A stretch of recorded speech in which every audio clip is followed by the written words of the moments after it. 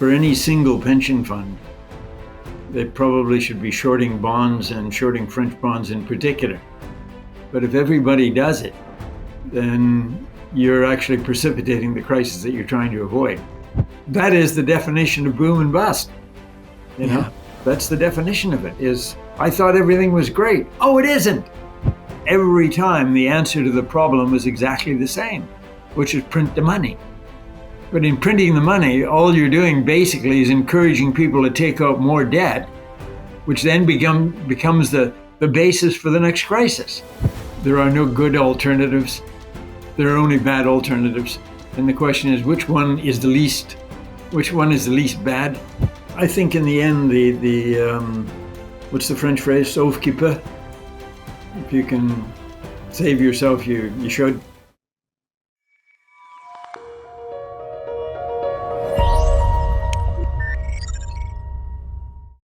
Welcome back, everybody, to the Reinvent Money podcast. My name is Paul Buitink, and today I'm going to talk to Canadian economist William White, who has spent decades working respectively at the Bank of England, the Bank of Canada, the Bank of International Settlements, and lastly, between 2009 and 2018, he was the chairman at the OECD, the Organization for Economic Cooperation and Development. William was one of the few economists warning for the 2008 great financial crisis because he understood the role of central banks in creating asset bubbles. We're going to discuss the current state of the world financial system and economy and whether he sees asset bubbles right now. I also would like to get his view on France's finances and whether it needs assistance from Brussels or Frankfurt. Also, are we going to see a new Bretton Woods emerging anytime soon to replace the dollar with? Before we start, please don't forget to like the video and subscribe to this channel. Welcome, Bill. Well, it's great to be here, Paul. Thank you. Yeah, amazing to have this chance to talk to you because you've been an insider for so many decades and you've been warning about a lot of problems we've seen and we're currently seeing. The first thing I wanted to ask you, because your last position was at the OECD, which of course focuses on economic cooperation, how do you look at the increasing divide between the West and the East or global South, in which economic cooperation seems to become more difficult by the day? Well, it is a growing problem. The issue is just exactly what sort of set of blocks might actually emerge from all of this. I mean, on the one hand, you've got this deep-seated concern about China inside Congress, the U.S. Congress. But at the same time, and there was a great article about this morning in the FT, at the same time, the Trump administration seems to be trying to wreak havoc on its best friends. So everywhere you look, you see the ties being cut, and America increasingly wanting to do it our way. But of course, we have no real idea, given the variability of the Trump administration's objectives and procedures. We've no idea what their objective today is going to be their objective tomorrow. So, frankly, it's a total mess in terms of international cooperation. I don't think in my 50 years in this business, I don't think I've ever seen it worse. Yeah, because you're 82 already and you've seen a lot. But I guess you're glad not to be the chair of the OECD at the moment, because what can the OECD still... Not the chair of the OECD, I was the chair of the Economic Development and Review Committee, which is the committee that does all the country surveys. I think most people would suggest that it's probably one of the most important committees at the OECD, but the OECD does an awful lot more than what my committee did. And what can the OECD do at this point in order to perhaps restart or reboot economic cooperation amongst countries? Well, I mean, the OECD has been making big efforts in this area really ever since they were started. And they started a relatively small sort of group of countries in Western Europe and the United States, and then gradually it's sort of spread out now so that, you've got all sorts of people, all sorts of countries now associated with the OECD that wouldn't have been associated with them earlier. I think the OECD has been very helpful, very clever in a way, in the sense that they really try to convince the countries being surveyed that the OECD is not doing it for any ulterior purpose. They're doing it because they truly do want the economic prospects of the country being surveyed to improve. And as long as you can get that trust, then you can really start to make some progress. But in a fundamental way, what's breaking down at the moment is trust. And this is a hard thing to program into an economic model, but it is absolutely crucial that if you don't have trust, you don't have cooperation. And if you don't have cooperation, which some people would say is the basis for growth and for prosperity, then you're obviously in a pretty dark place. And it has been getting definitely worse over the course of the last number of years. And sadly, I mean, we see this absence of trust at the national level as well. So, in an increasing number of countries, when they do surveys about do you trust government, do you trust the media, do you trust politicians, trust in government has gone down and down. I think in the United States, I think the last survey was something like 19% of the people said they trusted the federal government to do the right thing when the right thing was required. Yeah, the trust is even lower here in Europe because I think only 15% trust Macron at the moment, and in Holland only 4% trust the current coalition. So yeah, it's across the world it's eroding. But at the same time, we can conclude that amongst, for example, BRICS nations or Global South nations, there seems to be more cooperation going on. Lately, when there was the SCO meeting at the Shanghai Cooperation Organization, there's also now warming of relationships between India and China. So what Trump is achieving, at least, is that there's more cooperation taking place outside of the G7, outside of OECD also. Yeah, there's a growing sentiment, I guess, that America has chosen to withdraw, not just from leadership, but from participation. And then you get an increasing number of people who are saying, well, let's start thinking seriously about what the alternatives are. I mean, in the limit, although this is not going to happen, in the limit, one might have envisaged that all of the countries confronted with the Trump threats about tariffs might have said, if you want to play the game, play that game, you can take your ball and go home. And the rest of us will find ways to cooperate without you. And I think we are seeing some meaningful moves in that direction. But I'm not sure that all of this stuff is as permanent as one might wish. The Asians I remember being at a meeting once with a Korean chap who said the problem with the Western countries is that they don't know you can say no in 37 ways in Korean. So everything is very, very subtle. And so you have apparent progress, but whether underneath it all there's any sort of major changes is another question. And China and India, you can see at the moment why there would be a kind of urge for them to cooperate more, but they still have these ongoing border conflicts, and the antipathy has been there for a long period of time. These things are not going to be overcome overnight. Even when you think about Russia and China, where you can see they're sort of obviously in close cooperation at the moment. But in some longer run sense, the Russians have always been concerned about the Chinese. The Chinese are right on the border. There's billions of, billions, not billions, but, many, many millions of them. So, yeah, cooperation, like I say, is based on trust. And there's lots of grounds to believe that the trust is not there, even amongst that small group of countries that you talked about. Well, at least the West is doing its utmost to drive the Asian nations in each other's arms.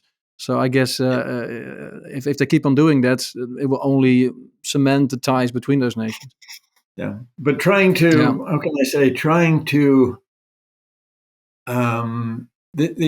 getting a block of China plus all the other countries in Southeast Asia. Okay, when you know at the moment that there's a great deal of concern about what China's greater motives are. We've had all these difficulties in the South China Sea. We've had boat bashing by the Chinese Coast Guard, boats from the Philippines. There's a lot of bad will still there and a lot of concern. So I think what the Trump administration has been doing, you're quite right in suggesting it's encouraging these people to look towards closer cooperation amongst themselves. But there's still lots of impediment to the kind of deep cooperation that I think we might be looking forward to.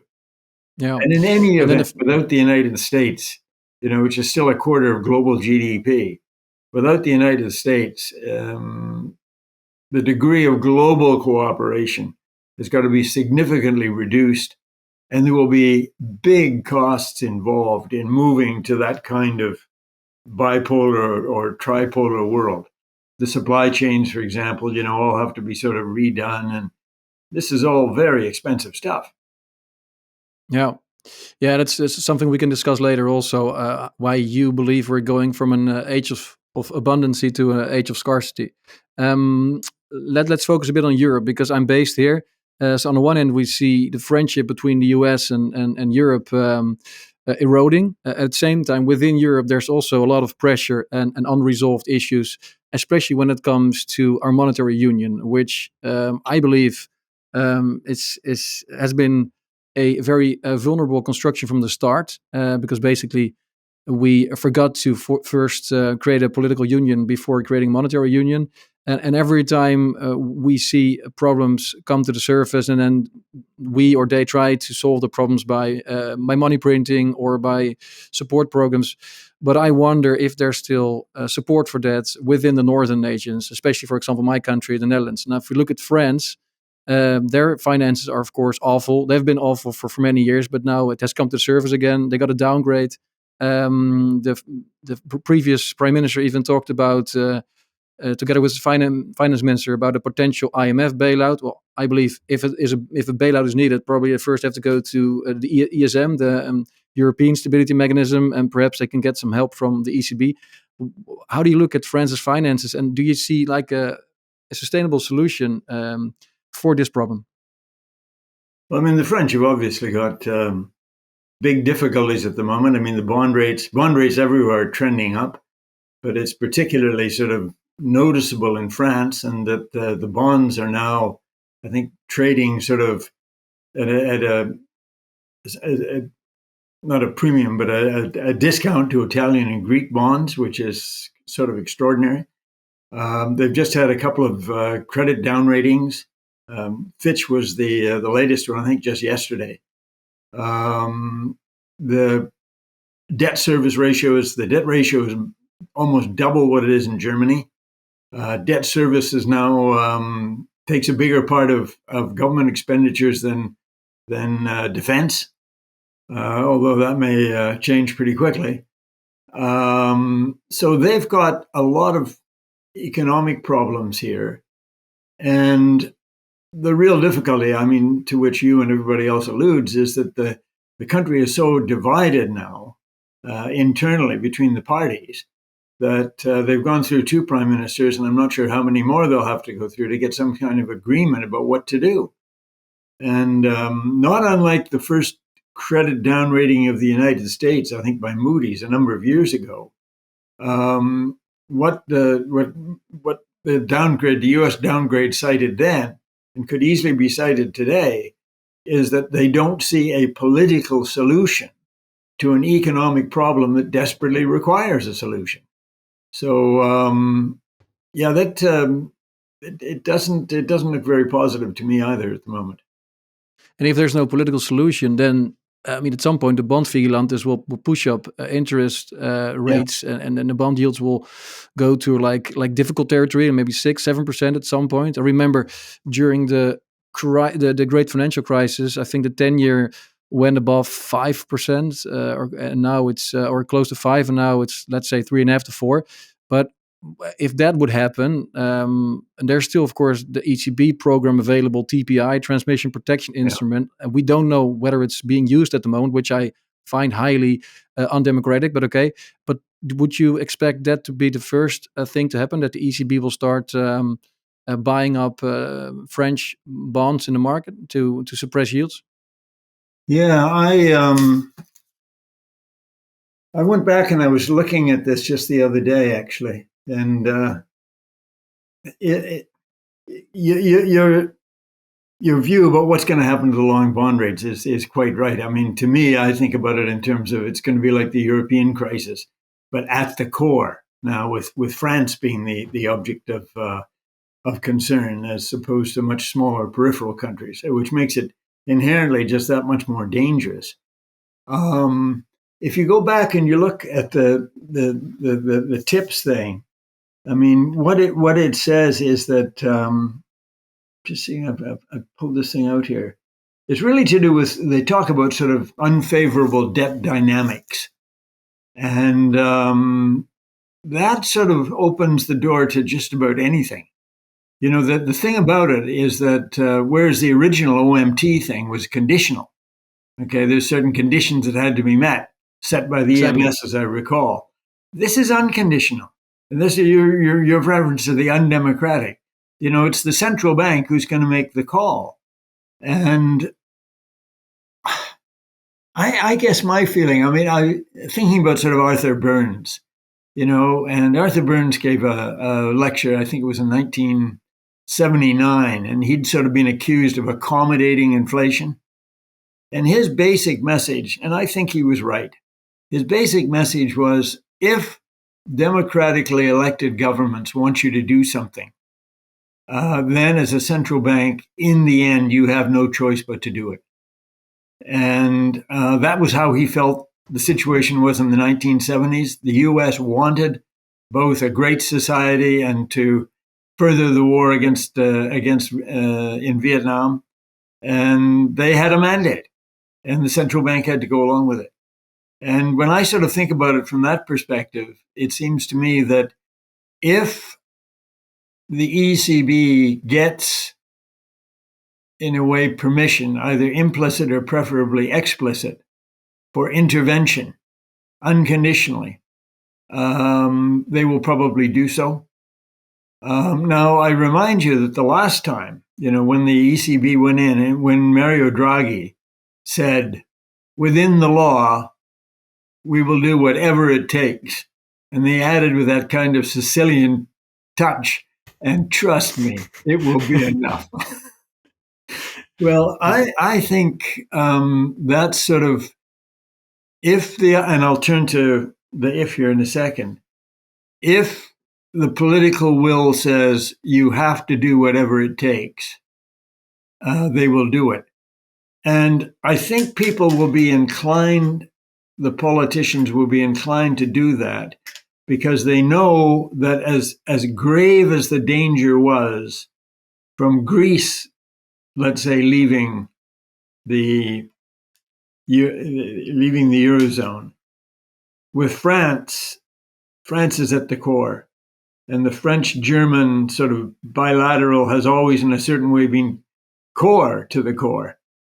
And if that starts to break down, the damage will be very great. And I think that will be still another reason for governments to say, you know, I really don't want to do this, but I think this is the least unpleasant of the unpleasant alternatives that present themselves. And I mean, that gets us on to another topic that perhaps we can come back to, which is this whole question of, you know, in the light of a new era of shortages and inflationary and whatever, into the whole question of how governments more broadly try to get out of it. But in the European case, I mean, I do remind you that Mario Draghi, before he said what he said, it's sort of well documented now, he had Merkel's go-ahead on that. And there was close political collaboration before he said what he said. And he knew that he had to have that political support to do what he did. And so the question becomes, I might almost ask you, because you're certainly closer to it than I am. Well, Lagarde is even more political. Like Lagarde is already more political anyway than Draghi ever was, I think. So I think you're totally right. They will do what they will need to do. Also because no central banker and no politician either would like to be remembered as the person who ushered in the end of the euro with everything that comes after. Because if I truly believe that in the end we would need to end the euro and would need to go back to other currency arrangements, but it will indeed also involve pain, short-term pain, and then long-term gain will follow. But I think they will probably kick the can down the road because, like, like Juncker once said, Jean-Claude Juncker, I think he said once that we know which measures to take, but we just don't know how to get reelected afterwards. And Yeah, so they will have to do what they need to do. But I think and also ECB will have to become transparent about what they've bought. So at some point it will become clear to the public at large that the ECB has been intervening again instead of using the ESM, because the ESM was built to bail out, to help European countries, and that would also entail then France reforming. But the French don't want to reform, so they will then probably use the other program, the TPI program. But I think it will lead to a lot of resentment in other countries, especially also the Netherlands, because people already struggle here with their own finances. Oh, of course. And if we have to bail out another country, that will lead to the rise of the popular parties even more. So I think it's not sustainable to keep on kicking the can down the road. Yeah. Well, one hopes that the politicians in particular can make the economic arguments for doing so. So if you had a situation, for example, where, let's say, it's not always the debtors that leave currency unions. I mean, it's the creditors that can decide to go. And there's been, historical studies on that as well. So the point is that whether these other countries leave the euro, including France, or Germany and the Netherlands leaves the euro, your currency, the German Dutch currency, will be a lot stronger. Okay, so in any event, okay, you sort of say, well, we've avoided paying the subsidy to these other folk, and we don't like to do it. But what you've avoided in doing that is an appreciation of your currency, which is going to bring into question the viability of many of the highly export-orientated industries that exist in Germany, and I think in the Netherlands as well. So, there's no easy choices here, but you've got to get across the message to the public that you are choosing between undesirable alternatives. There is no easy way out. Exactly. Yeah, but it would be nice if at least the voters could have a fair choice, because right now the politicians decide for us that it's the best to kick the can down the road. But I think at least we need to have an honest debate within the different member states, what the alternatives are, what the costs or the expected costs and benefits are of those alternatives, how the migration path could look like. But none of that is being discussed with the people, because I guess that they don't want to discuss it, because once you start talking about the elephant in the room, it becomes manifest, and it could also become a self-fulfilling prophecy. So the truth is just too dangerous to handle, I guess. Well, there's an element of that. I mean, I remember when the eurozone was first set up. I've got friends who were journalists who tell me at the time that there was the journalists were basically warned not to raise the question of the merits of doing this. Okay, the story was the story from the politicians was this is going to happen. Now it's just a question of the technicalities of how best to do it. So I've often thought about this, that the longer run cure for the ails of the eurozone is to have more Europe. And I think who wrote a piece about this, talking about the sort of the democratic deficit in the EU. The problem is, you say to people, ordinary people, you need more Europe. And they say, but I never voted for Europe in the first place, because there wasn't much of a debate about the merits of this. So I think you were you were at BIS in the 90s when the euro took shape. So what was the BIS's advice or role in this whole process? Purely from a monetary academic point of view. The odd thing about it was that basically all of the negotiations took place at the BIS. The European Monetary Institute, did most of its meetings at the BIS, but they were all totally separate. Now, having said that, the guy who'd been the previous general manager, Alexander Lamfalussy, played a pretty big role in all of this stuff. And so maybe in a certain way, if there is a BIS view, it might have been imparted. I know my predecessor, who was the economic advisor, got into a lot of trouble back in the early 1990s, just before I came in 1994. And he got into a lot of trouble by pointing out the potholes along the way to the Euro project. And again, there was kind of this sentiment. You're talking about potholes in the road, but the real truth is you don't want this to happen.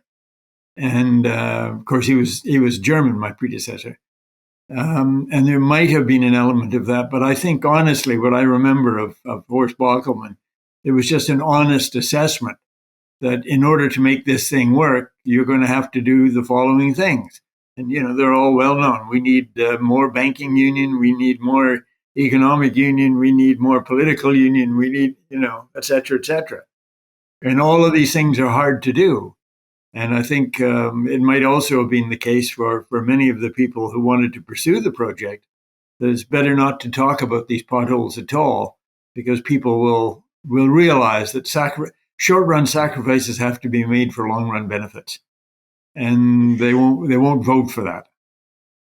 No, I totally agree with you. And also, I've talked to many central bankers, especially also the Dutch central bank, and they basically all tell me the same thing. So I think we can conclude that from an academic point of view, and also from a central bank point of view, the euro was bound to fail if it would not also be combined with some of the other things you just mentioned, and that the people haven't been properly informed about that, or and of course in Denmark there was a referendum, but in Holland there was no referendum. So to me, it feels like we've been fooled in a way, or we have been misled, to be honest. Well, I guess the job of the politician is, well, John Kennedy, I think, in Profiles of Courage, talked about a statesman as somebody who sort of really steps in when the public is on the point of doing something called dangerously foolish. And I think with respect to the Euro project, two guys that I had enormous respect for is Otmar Issing and Tommaso Scaglio Pioppa. And these guys, I remember, had op-eds in the FT on successive days. And basically, both of them were sort of quite compelling and very different. And it goes back really to the origins of the Euro project, with people like Otmar saying, we need to have these unions, particularly political union, beforehand if you're going to make sure that it works. And Tommaso, or maybe that was sort of the German speaking, I don't know, let's get our ducks in order here. And Tommaso was much more sort of the Italian. His view was, there will be crises along the way because we haven't done all the stuff ex ante that we should have done. But each crisis we'll use to make progress with respect to those longer term objectives. And at the end, everything will converge. We've gone through the various crises, as unpleasant as they are, but at the end we'll have a euro that will truly be stable and will operate in everybody's benefit. And the underlying conditions will have been, the desirable conditions will have been established. But it was kind of this ex ante view versus the ex post view. And you can see the attractions of both. Well, I certainly see the attractions of the let's get it right before we start. But if that's impossible, and I think the changes that were required were impossible, politically impossible, then you have to go the alternative route, which is no, we'll get there in the end. Yeah. And do you think we'll get there in the end, or you think along the way those potholes will prove to be too big and too deep, and the car will crash or the train will crash? Well, that's getting us back in a way to the European crisis before and the problems that are building up now in France. Do I think we'll get out of this? I guess in the end, I think that the authorities will have to step in and do what needs to be done to stabilize France's finances. One hopes that as the difficulties emerge, that the people in France will start to see that that they really have gone to be a kind of fiscal outlier and an unsustainable outlier, and the changes have to be made. And it's that old line of Churchill's where he said, in the end, the Americans always do the right thing after they've tried all the alternatives. Yeah, I So love that quote. Yeah. it may well be that in France, which is, again, a difficult country to run, that in France, that in the end, the people will realize that what they're doing is unsustainable. And they have to adjust, or else it's going to be a far worse outcome. And you're also a specialist in studying complex systems, and clearly we live in a very complex system, financial system, economic system. Would it be also smart for, let's say, pension funds, banks, given all the different potential outcomes, including also a breakup of the euro, would it be wise for those institutions to start diversifying? Because what I notice is that our pension funds, and of course Holland is a huge pension industry with 1,600 billion outstanding for invested for our people in Holland.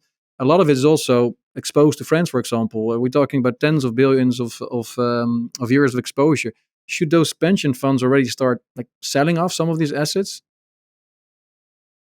You know, we're back to Keynes, the paradox of thrift again, which is for any single pension fund, they probably should be shorting bonds and shorting French bonds in particular. But if everybody does it, then you're actually precipitating the crisis that you're trying to avoid. And the end result will be much worse than if you didn't do it in the first place. So, yeah, but that makes then the argument for someone to take care of its own pension instead of relying on a big player who cannot move because of the dynamics you just described. I think in the end, the what's the word? What's the French phrase? Sauve qui peut. You know, if you can save yourself, you should. But I just say but this, of course, is the danger in all of these markets, is that the minute people begin to appreciate the dangers that they have unwittingly exposed themselves to, and then they start to do something about it, that is the definition of boom and bust. You know, that's the definition of it. Is I thought everything was great. Oh, it isn't. And away we go. Yeah, and then it can become a I'll house. leave it to people's consciousness about what to do. Yeah, because in the end, it could be a house of cards where one card pulled could bring down the whole complex. But let's talk about bubbles, because you're a bubble expert. I would say, because you've studied a lot of asset bubbles. You were one of the few who saw the great financial crisis coming. What do you look at? What are the kind of metrics that you follow in order to assess whether we are in bubble territory? Well, I guess the way that we looked at it was really at the BIS when I was there in those early days, and then really leading up to the great financial crisis of 2008. It wasn't sort of an asset bubble as such. We sort of looked upon that as a kind of symptom of an underlying credit bubble. Right. But the real problem was a financial system that had basically got too much, what they call in the jargon, elasticity. You know, it was too responsive to increases in demand for credit. And in a way, I mean, again, going back to complexity, you had a build up to the great financial crisis, which was made up of three good things, which is one, wages and prices were under downward pressure because of increases in competition coming from Southeast Asia and Eastern Europe and all that stuff. And then two, you had a central bank that was keeping interest rates at whatever level was required in order to ensure price stability, and that was a good thing. And then you had a very elastic banking system that was capable, or financial system that was capable of meeting demand for credit at whatever interest rate the central bank set. So all of those things were three good things, but you put them all together and it was a disaster. So you had these very low interest, you had this disinflationary forces coming in from China and elsewhere. And the central bank saying, oh, disinflation is a terrible thing. Deflation's even worse. Have to lean against that as strongly as we can. And then you had, at that very low interest rate, enormous demands for credit and a capacity of the financial system to provide it. And then you had everything you needed for a big boom-bust cycle. But one of them, the asset price bubble thing was just like one manifestation of the credit bubble. And of course, when the whole thing went, it went pretty spectacularly. But we'd been talking about this for years. Well, when was the moment where you saw, okay, this is going the wrong way then with the previous crisis? Oh, shucks. I think from the time that I arrived at the BIS, I was worried about this stuff. And when I was at the Bank of Canada, I had a big, thick file on Japan. And the one particular thing you remember about Japan was a huge boom and bust, right? But there was no inflation at all. Right? So all these people who were saying, well, inflation, keep inflation under control and everything will be fine. We had a very good example of that not being true, staring us in the face, and we chose to ignore it. And I wrote a piece about this, I think in, 2005. No, this isn't much later, of course, which is called, Is Price Stability Enough? ? And I wish I'd had the courage at the time to say, price stability is not enough, because that's really what I was trying to say. But of course, all my clients, okay, when I was sort of there as the chief economist at the BIS, all my clients were basically saying price stability is enough. And so I did feel myself constrained in sort of saying what I thought was the truth. So I had to sort of pull your punches a bit. And that was unfortunate. But we saw, my sense of it really was that really from the late 1980s, when Chairman Greenspan leaned against the stock market crash and then kept the easing on for quite some period of time. And that led, I thought, to the big crises of the early 1990s, the S&Ls and all that stuff. And then all the way through the 1990s, we had, what did we have? We had the Asian crisis in 97. We had the long-term capital management in 1998, and then in 2000 we had the TMT crisis in the stock market. You remember just another, and then we had the mortgage crash in 2008, which was the great financial crisis. But the thing about every one of those things is that every time the answer to the problem is exactly the same, which is print the money. But in printing the money, all you're doing basically is encouraging people to take out more debt, which then becomes the basis for the next crisis. So as we've described it then, even in the late 1990s, we're on a bad path. It's not that we're doing bad things. It's we're doing good things for tomorrow, but it's not a good thing for 5 years down the line. So there's an inherent sort of intertemporal contradiction in what the central banks have been doing right from the start. And again, it goes back to complexity. That most people would like to think about the system as being linear and understandable and controllable. And therefore, if you do the right thing today, that's all there is. But people like Hayek and the Austrians and these folk have been saying for almost a century now, it's not as simple as that. It is more complex. And it's complex in two ways. One, you can do something that's right for today, but makes things far worse tomorrow. Okay, that's a problem. And that's what I think the central banks have done. But the second problem is you can do stuff to stabilize your system.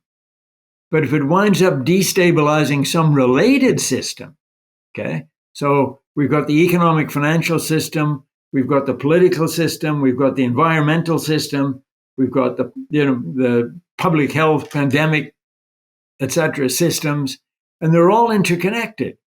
And if any one of them goes under, it can quite easily take the other ones down with them. And of course, that's what I worry about at the moment as we talk about all this fiscal stuff, and in particular, defense spending, okay, which is sadly a kind of shoot yourself in the foot at a time when all of that money is desperately needed to deal with the era of scarcity that you talked about before.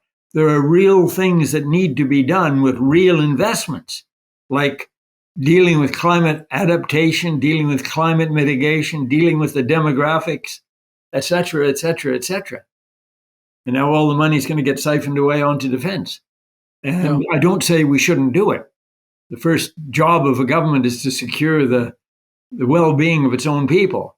But you can see that this is rock in a hard place time. We got all these other things that we really need to do. Yeah, no, I totally agree with your point there, and then looking at the credit markets at the moment, given your analysis before, you think we are in a credit bubble, and as a result, do we have asset bubbles too? Well, one of the problems, I think the answer is yes. As far as I can tell, although I've not been following the numbers closely recently, the difficulty this time is not so much with an expansion of bank credit, but market credit and bond issues and non-bank financial institutions. And so there's been in response, again, now we talk about longer run consequences of what seem to be sensible policies for today. Because of all of the bank regulation, the banks have been much constrained, but with very low interest rates up until, after the pandemic, with very low interest rates, the demand for credit was very great. But it was now being provided by the dark financial system, by the non-regulated system. And everybody has been for ages really sort of calling for, we need much more information about what's going on in unbanked, transmission mechanism and all this stuff. But I don't think that we know a very great deal more now than we did 5 or 6 years ago. And so you just have this sense out there that there's been this big increase in borrowing, but we don't really know who's been doing the lending, and we don't really know who's been doing the borrowing. So it's very hard to get a sense of where the weak spots are and what you might do about it. So, so I think, as we look at what's going on in the stock market, for example, the U.S. stock market, that's probably why I'm not a rich man and other people are. But to me, when you start looking at the multiples and the absolute level of prices as opposed to expected future earnings and all these things, and the concentration. What are the numbers? Something like 55% of all of the increase in market valuation over the last 5 years has been in 10 stocks. So, and what worries me about Europe in a way is that there have been very, very heavy European investments, right, in the American stock market and in American treasuries for that matter. And if everything goes into reverse, if the stock market, if we do have a serious recession in the States, or maybe even as a collapse in the stock market that sparks a recession in the United States, the Europeans will pay a big price for this. Well, indeed, so will all foreigners, who have invested in America. And but again, this is characteristic of a sort of boom bust kind of situation. Everything looks fine. Your earnings are great. Why wouldn't you do it? And it's fine until it stops.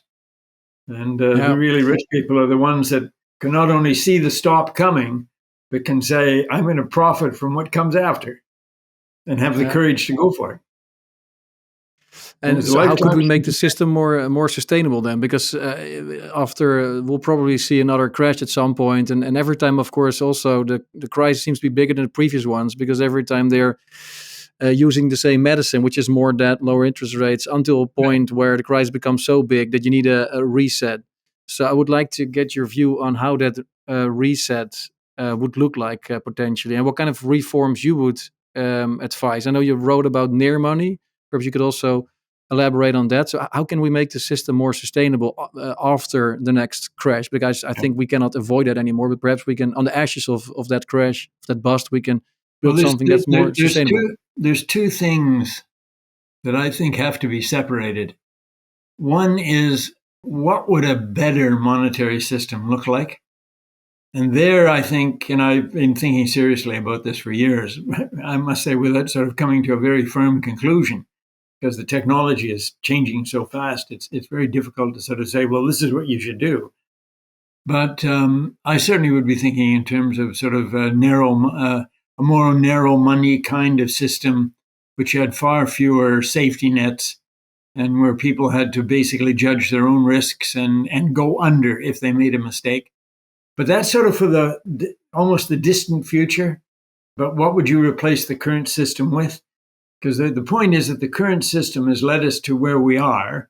And another element of complex systems, right? You can only start from where you are. You can't start from someplace else, hypothetically. Start from where you are.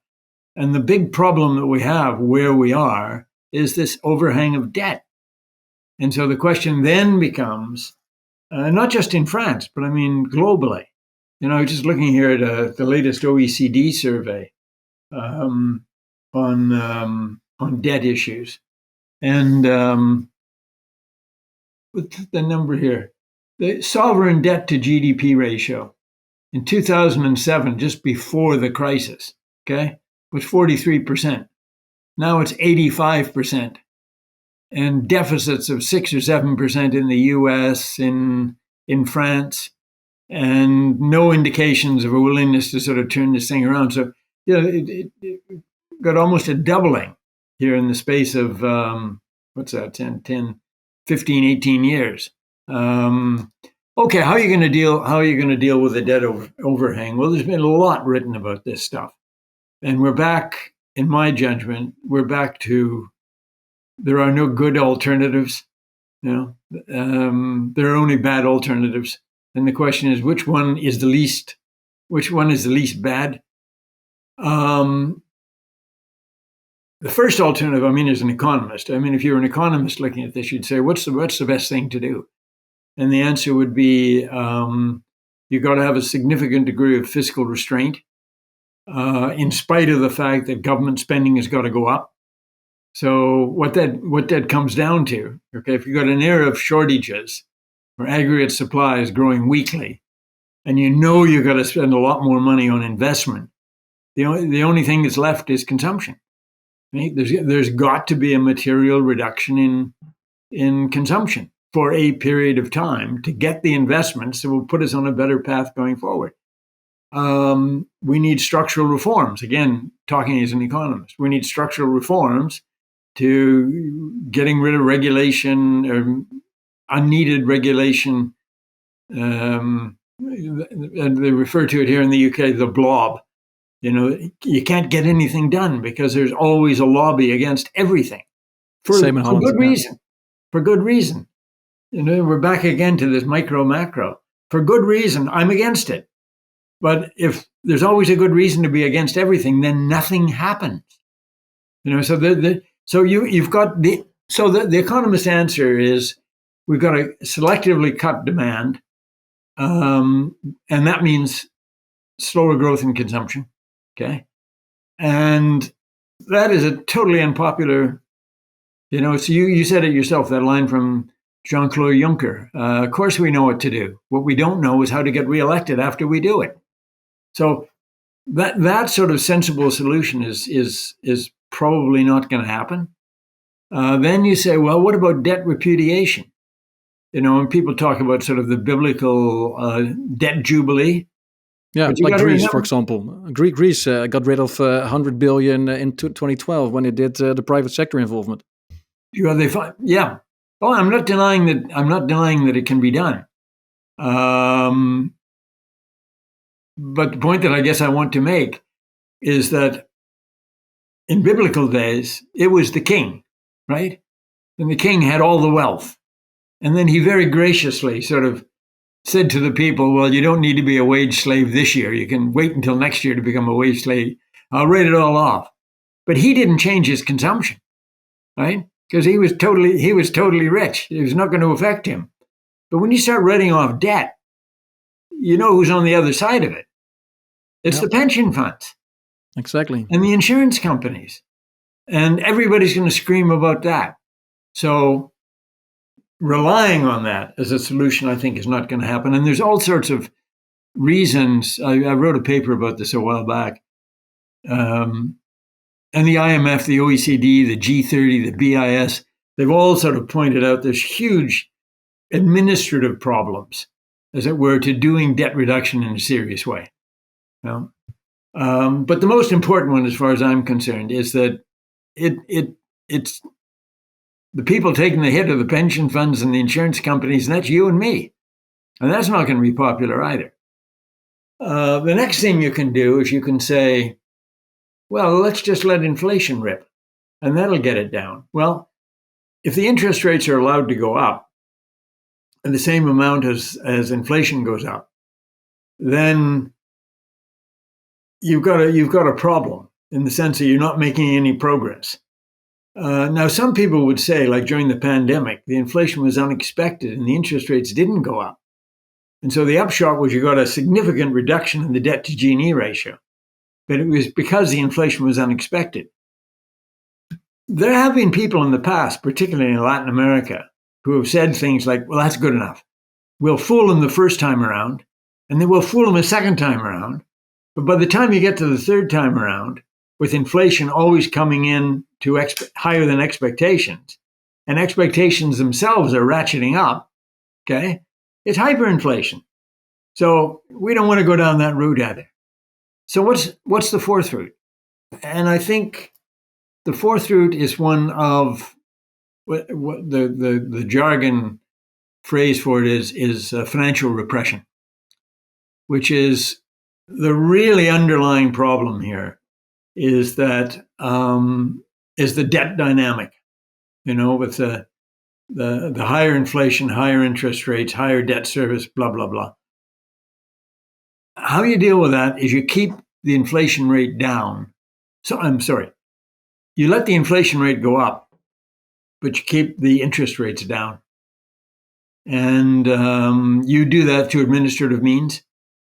And that's what they did at the end of World War II. You know, you had the Treasury Accord and the UK, can't remember what it was called in the UK. But the basic message was one of you keep the interest rates down, and you force people, insurance companies, pension funds, banks, whatever, under the guise of macro-prudential, call it what you will, okay? You have to hold this government debt, okay? And at the same time, the inflation is going up 4, 5, 6%, not so bad that it really gets the public's total opposition, but just high enough to be manageable, and keep the interest rates down below that. So each year the real value of the debt is going down. And at the end of it, you have a situation like at the end of World War II through into the early 1950s, where you can go back to normal and start thinking about an alternative way of running the system so that we don't get into this problem again. Okay? But so probably it'll be a combination of all four of those. You know, some sensible things will be done. Some debts will be written off to the great sort of, what's the word, despair of many of the creditors. Inflation will be allowed to rise. Interest rates will be sort of artificially held down with regulation, capital controls. But the next question that arises from that, of course, is if that's the kind of world that we're going into, is it compatible with the eurozone? And what's the answer to that question? I hope so, but it's going to be a big challenge because France has got so much higher debt levels than Germany and the Netherlands.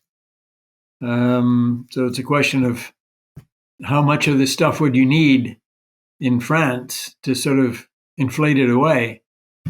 And if you needed that much inflation to, a longer period of financial repression to sort of get rid of French debts, what happens to the popular mood in places like Germany and the Netherlands? Yeah, it's a very delicate game they would need to play, and also it would go against the ECB's mandate. So if the inflation goes up, then the ECB would change the mandate in order to accommodate financial repression, right? I think I mentioned before Arthur Burns. We talked about that. If in the end central banks are part of a democratic process, and they will do what the politicians in the end say they must.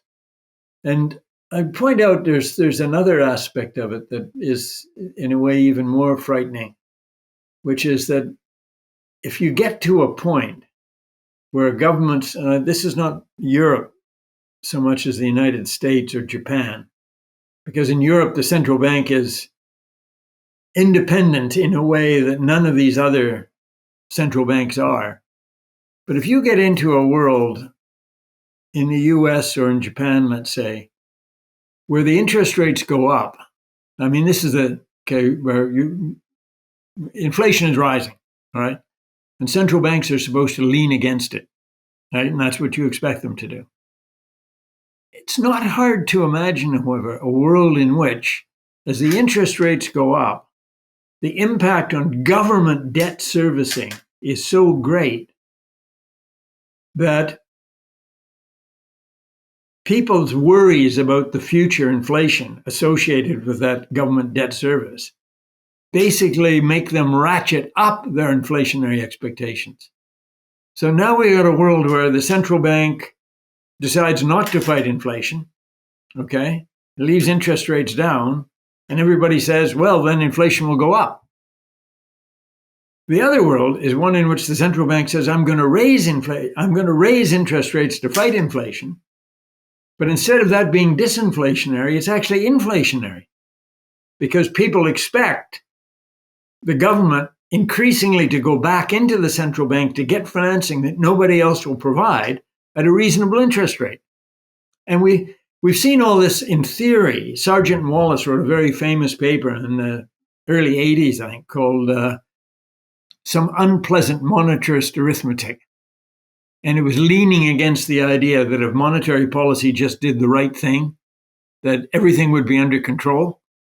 And the unpleasant monetarist arithmetic is basically theoretical presentation, an arithmetical presentation, if you want to put it that way, of how government debt, if it's big enough and short-term enough, will eventually blow you out of the water, or blow the monetary authority out of the water. And the worry, in a way, is that that's where we're getting to. And I'm not saying we're there yet. I mean, all hope is not lost. But this concern about the government debt is really a concern in the end about inflation. And John Cochrane, I think, has just written a 600-page book. I haven't had a chance to read it yet, called On the Fiscal Theory of the Price Level. And in the end, I mean, it doesn't seem to me that it's a short-run phenomenon, but in the end, fiscal policy dominates monetary policy. Yeah, it's unavoidable. And final question then, not an easy one, but after the monetary endgame has been played and we head towards a new system, would you expect it to be like Bretton Woods II, where also gold could play a role again, or would you perhaps also advocate, apart from your narrow money concept, perhaps advocate for more market-based solutions? Of course, there's all these crypto assets. What kind of new system would you expect to arise after the end game has been played? Well, going back to complex adaptive systems, item number one is forecasting is impossible. And I was just reading yesterday, Barry Eichengreen, who's a great expert in this area, has written a quite significant paper for CG, which is a Canadian think tank. And basically, Barry looks at all of the things that are going on, the geopolitical stuff, the economic stuff, who's more or less vulnerable, the technological stuff, in particular, sort of cyber, stablecoin in particular. And the conclusion that he comes to is the one that I've just stated. Almost impossible to know. I think the geopolitical thing will become more important, and if there's a shift into sort of competing geopolitical blocks, I find it hard to imagine that won't be reflected in reserve holdings and which currency uses payment purposes and the rest of it, and that that's sort of the way that it will. I think that's sort of the way that it will go. I can't imagine. It may be just a failure of my imagination. A new Bretton Woods where the Chinese and the Russians and the Americans and the Europeans, and are the Europeans speaking with one voice or many voices, sitting around the table, drumming up a new Bretton Woods agreement, not least because, and I have no answer for this, every major country has got a big debt overhang problem. And every major country, in that sense, wants more inflation, which implies, in a certain sense, more depreciation. So the cure is all the major currencies should depreciate. And then you sort of say, wait a minute, that's not possible. So we're into a funny old world here in terms of what choices people make as they try to deal with this debt problem. And how you decide to sort your currency out is going to be a big factor. So Russell Napier, who's runs the library of teaches at Edinburgh and runs the library of mistakes, I think, looking into sort of financial mistakes, crises, and et cetera. He thinks that one of the big things coming forward is that China is going to try desperately to get out of its deflation problem, and they'll wind up with a bigger inflation problem. But the depreciation of their currency will be a big part of what happens. Well, we can't have both the Chinese depreciating for,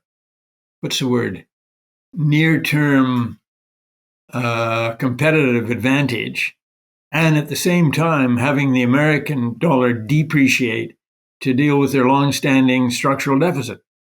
So there's some real puzzles in here about how this will all play out.